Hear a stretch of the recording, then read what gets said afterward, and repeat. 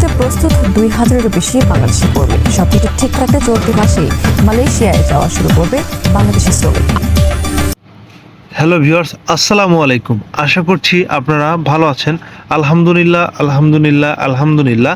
তো আজকের ভিডিওতে মালয়েশিয়ার কলিং ভিসার বর্তমান এবং পরিস্থিতি এবং সর্বশেষ খবর আমি আজকে আপনাদেরকে জানাবো। তো যে বিষয়টা নিয়ে কথা বলবো সেই বিষয়টা কিন্তু অনেক গুরুত্বপূর্ণ।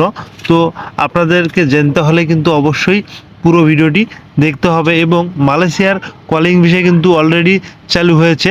তো যারা নতুন আছেন তারা যেতে চান, সব বিষয়ে কিন্তু আজকে আমি আলোচনা করব।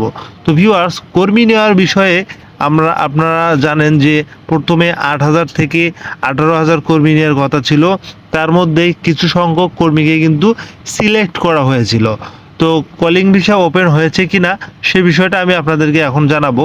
তো ওপেন হবে, মেডিকেল এবং স্টার্ট হবে, সব কিছু কিন্তু আমি আপনাদেরকে বলার চেষ্টা করব। তবে আপনারা ভিডিওটি কন্টিনিউ দেখতে থাকুন। তো কলিং ভিসার বিস্তারিত সব কিছু জানতে কিন্তু আপনাকে সম্পূর্ণ ভিডিওটি দেখতে হবে। তবে মূলত যে বিষয়টা নিয়ে আমি আজকে আপনাদের সাথে কথা বলবো সেটা হচ্ছে সিন্ডিকেট ছিল, তবে সেই সিন্ডিকেটটা কিন্তু ভাঙা হয়েছে। অবশ্যই আপনারা জানেন যে অনেক সময় কিন্তু অনেক ভুয়া খবর আসে, অনেক ভুয়া তথ্য আসে। এই বিষয়গুলো আপনাদেরকে অবশ্যই খেয়াল রাখতে হবে। তবে আপনারা আরেকটা জিনিস ফলো করবেন যে অনেক সময় দেখবেন অনেক দালাল এবং অসাধু চক্র আছে যে মেডিকেলের কথা বলে বা এমনিতে একটা কথা বলে ফাইল জমা করে কিন্তু টাকা চায়। এই সব থেকে আপনারা অবশ্যই বিরত থাকুন। তবে যেহেতু কর্মী নেওয়া শুরু করে দিয়েছে, তো নভেম্বরের মধ্যেই কিন্তু সকল কার্যক্রম শেষ হয়ে যাবে। তবে আপনারা যারা নতুন আছেন, আবেদন করতে পারেননি, তো আপনাদেরকে আমি বলবো বয়েসেলের যে একটা অফিসিয়াল ওয়েবসাইট আছে সেখানে খুব রিসেন্ট কিন্তু আপনাদের জন্য একটা নোটিশ প্রকাশিত হবে। তবে সেই নোটিশ অনুযায়ী কিন্তু আপনারা অনলাইনের মাধ্যমে আবেদন করবেন, অযথা কোনো দালালকে কোনো ফাইল জমা করবেন না। অবশ্যই আপনারা এই বিষয়ে সতর্ক থাকবেন।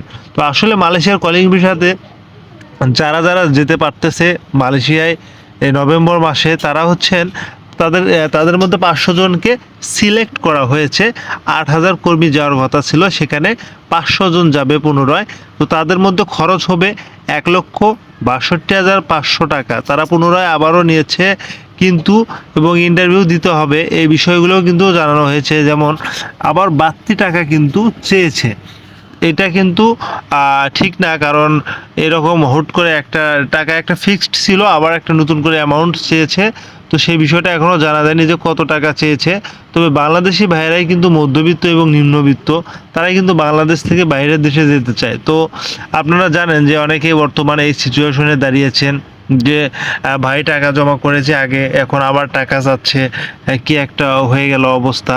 তো আমি তাদেরকে বলবো যে ভাই অবশ্যই আপনারা দালালের খপ্পরে না পড়ে ভালো এজেন্সির সাথে কথা বলে কিন্তু সব কিছু করবেন। কারণ অনেকে 3 লক্ষ টাকা দিয়েও যাচ্ছে, অনেকে 6 লক্ষ টাকা দিয়েও যাচ্ছে। তো আবার নতুন করে এরকম টাকার একটা অ্যামাউন্ট বসাইছে এজেন্সি বয়েসেল যে টাকা দিতে হবে। তো এটা বাড়তি টাকা অবশ্যই দিতে হবে, কারণ এখানে যে খরচপাতিগুলো আছে সব কিছু মিলে রেন্ট কিন্তু বাড়ে গেছে। সব কিছুর দিক থেকে একটু বেড়ে যাওয়ার কারণে কিন্তু টাকাটা বাড়তিভাবে দিতে হবে। তো ভিউয়ার্স, আপনারা জানেন যে মালয়েশিয়ার কলিং ভিসা কিন্তু অলরেডি শুরু হয়েছে। তো 100% সত্যি কথা এটা যে নভেম্বরের মধ্যেই অফিসিয়ালিভাবে সব লোকজন কিন্তু যেতে পারবে। তো নভেম্বরের মধ্যে যারা যেতে পারবেন তারা কিন্তু অবশ্যই জানেন, কারণ তাদের সাথে অবশ্যই মেসেজে কথা হয়েছে এবং তাদেরকে অবশ্যই মেইল করা হয়েছে। তো আপনারা